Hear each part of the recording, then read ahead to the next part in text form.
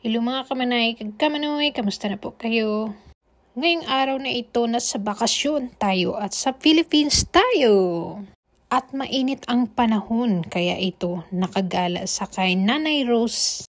At ang binibenta ni Nanay Rose ay isang buko salad. Ay, buko lang.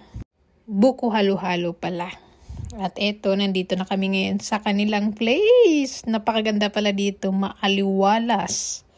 Ang panahon ay grabe, parang uulan na mainit na parang malagkit. Pero naka-order kami ng buko. Halo-halo ni Nanay Rose. Napakasarap pala ito, kumpleto Ricardo. At yan. So syempre pag family, diba? Unahin mo na yung mga anak. Tsaka na yung mga nanay. Yung mga tira-tira na lang sa nanay, diba? Ganyan talaga. Priority yung mga anak muna. Tsaka yung mga tira na lang yun sa parents.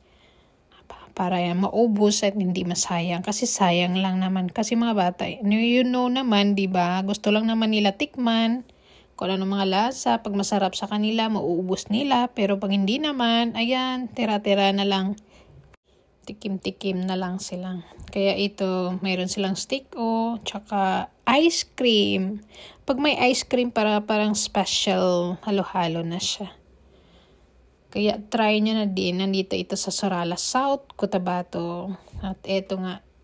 So ako naman, nag-solo talaga ako ng isa. Char.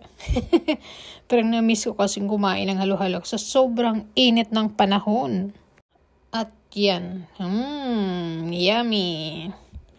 Pagkatapos namin halo-halo, diretso na rin kami sa barbecue ng Sorala. At eto nga, napakaganda pala ng Sorala South, Cotabato, ano? Pinakyaw na namin yung kanilang barbecue, char.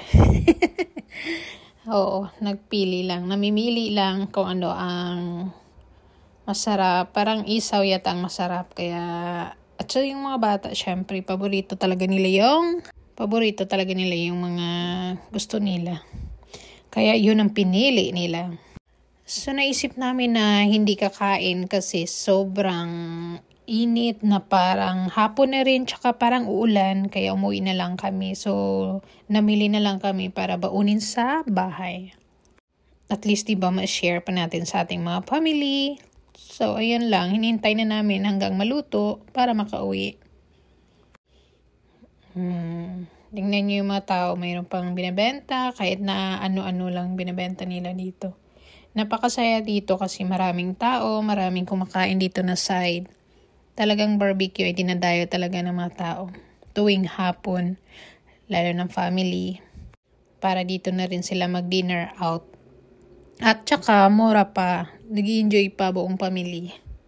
So, pagkatapos niyan, lagyan ng sauce. Napakasarap din ng kanilang sauce. Barbecue sauce. So, ayan. So, at saka ibabalot. At tama-tama pag-uwi namin. Oh my gosh. Pagdaan namin sa South Cotabato. Grabe yung ulan. So, success. Nakarating na rin kami sa aming mga bahay. Tamang-tama at mainit yung barbecue. Kaya hinain na naman namin.